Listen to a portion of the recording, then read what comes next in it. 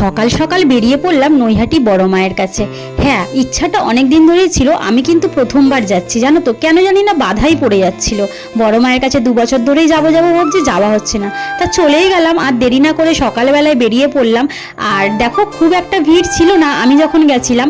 আর যে কি বলবো, মায়ের মন্দির দেখে আর মায়ের মুখটা দেখে আমার যে কি ভালো লাগছিল। সবসময় ফোনে দেখতাম আর সবসময় ভাবতাম, মা কবে যাবো তোমার কাছে।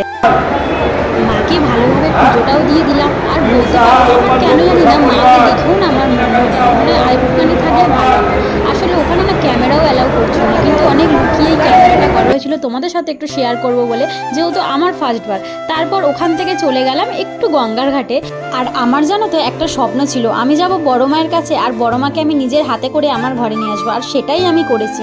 তা তোমরাই জানিও বড় মাকে কিরকম লাগছে। আমার ঘরেও চলে এসছে বড় মা, আমি তো খুবই খুশি। তা সবাই একবার বলো, জয় বড় মায়ের জয়।